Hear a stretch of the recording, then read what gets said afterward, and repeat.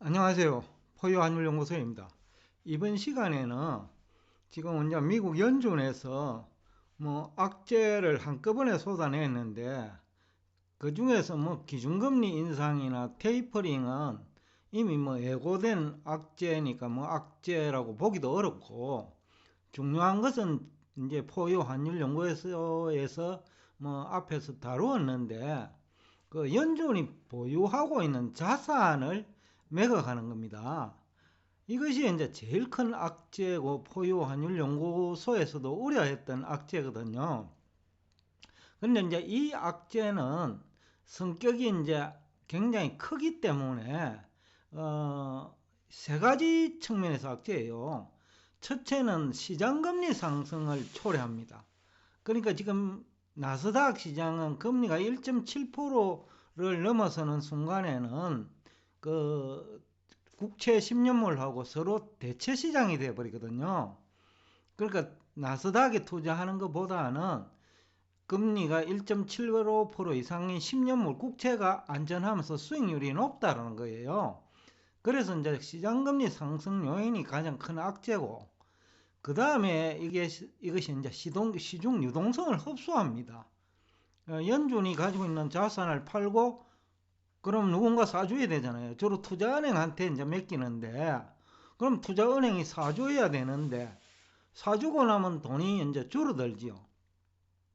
그 다음에 이게 또 문제가 뭐냐 하면, 바로 이 두 가지 이유 때문에 앞에서 얘기한 금리 상승하고 유동성 흡수를 하는 두 가지 문제 때문에 증시 에너지 분산을 초래합니다.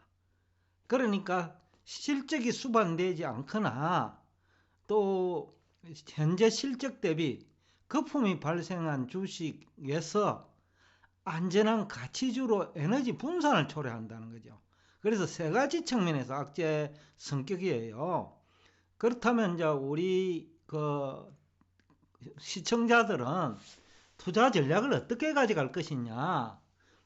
어떻게 보면 위기이기도 하지만 가진 사람한테는 위기죠. 지금 현재 미국 주식을 가진 사람은 위기죠. 특히 그 기술주 있잖아요. 거품이 많이 발생한 테슬라, 엔비디아 이런 주식은 성장 주식은 맞지만은 주가 상승 속도가 너무 빨라 버린 거죠. 그래서 저희들이 이제 좀 경고를 했던 거거든요. 그래서 이제 투자 전략을 어떻게 가져가야 하느냐 하면요. 이번 악재는 조금 오래 지속됩니다. 그러니까 충분히 이제 거품이 발생한 주식들이 내릴 거예요.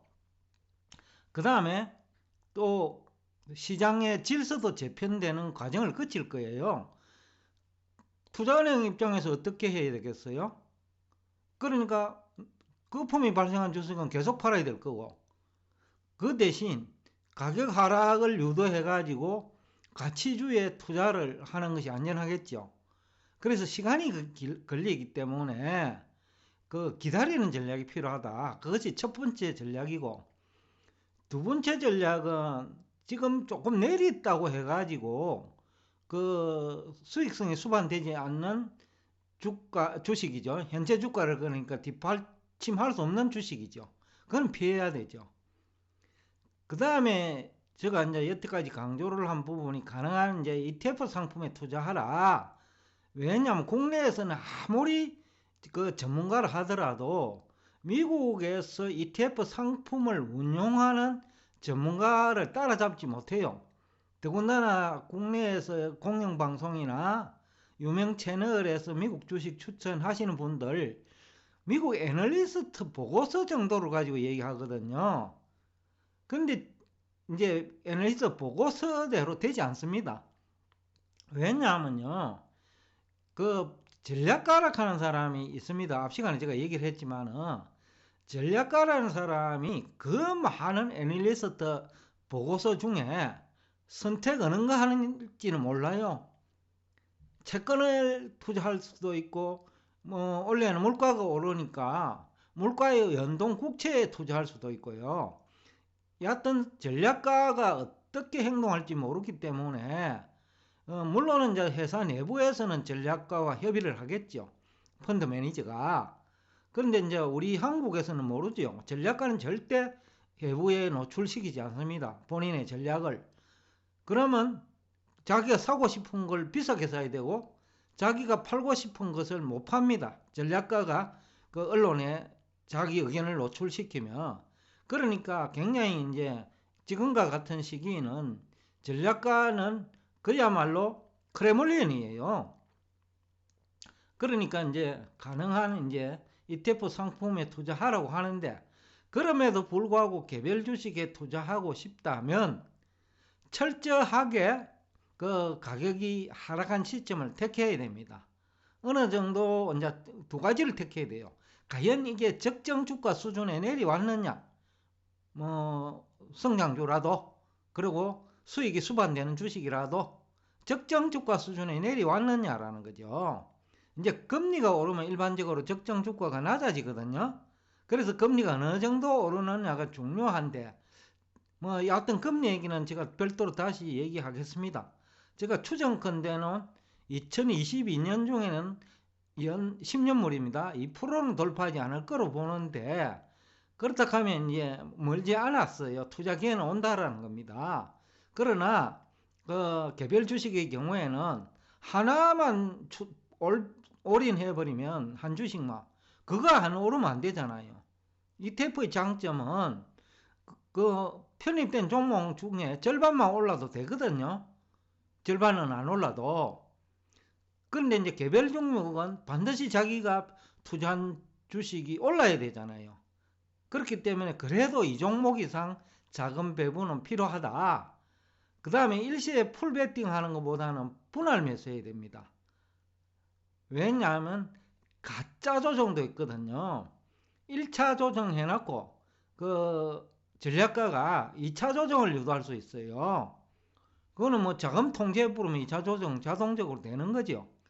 자, 그런 문제가 또 있고요. 그 다음에 이제 다섯 번째인데, 우리가 이제 미국에 투자하는 만큼 이제 환율을 이제 신경 쓰지 않을 수가 없죠. 지금 뭐 달러당 1200원 되니까 1200원 내는 비싸요. 그래서 일시적으로라도 1180원 정도 내려갈 때까지 기다리는 전략이 필요해요. 그때 환전을 해두었다가 조정을 받으면, 왜 환전이 유익하냐 하면요, 아마 원래 환율은 1200원대 환율은 언제든지 확보할 수 있기 때문에 1180원 정도만 내려가더라도 그 환전해 놓아도 미국 주식에 투자할 것 같으면 뭐 위험한 것 아니거든요. 주식 투자 수익률이 높기 때문에. 네, 그런 장점이 있어요. 그래서 일단 환전을 해 놓는 것이 좋습니다. 그래가지고 뭐 그 달러 예금 형태로 보유하고 있다가 그 다음에 기회가 왔을 때 분할 매수하는 전략이 효과적이다 라는 얘기를 하고 싶습니다. 그 다음에 이제 우리 국내에서 정보를 입수하는, 또 국내에서 공영방송이나 유명 그 해외 주식 투자를 뭐 안내한다 할까요? 정보를 제공하는 분들도 결국 애널리스트 보고서를 가지고 얘기하거든요. 근데 지금까지 애널리스트 보고서 보고 접근했는데 다 당해버렸잖아요, 이번에요. 제가 테슬라 팔으라고 했는데, 또 엔비디아 팔으라고 했는데 안 팔았잖아, 대부분. 그죠? 그게 우리 국내 그 지금 미국 주식에 투자를 유도하는 분들의 공통점이에요. 그거는 이제 애널리스트 보고서를 본 거예요. 애널리스트 보고서는 그 뭐 테슬라, 엔비디아 존줄로가 몰라요. 미래 산업의 그 선두주자인데, 반도체도 마찬가지고요.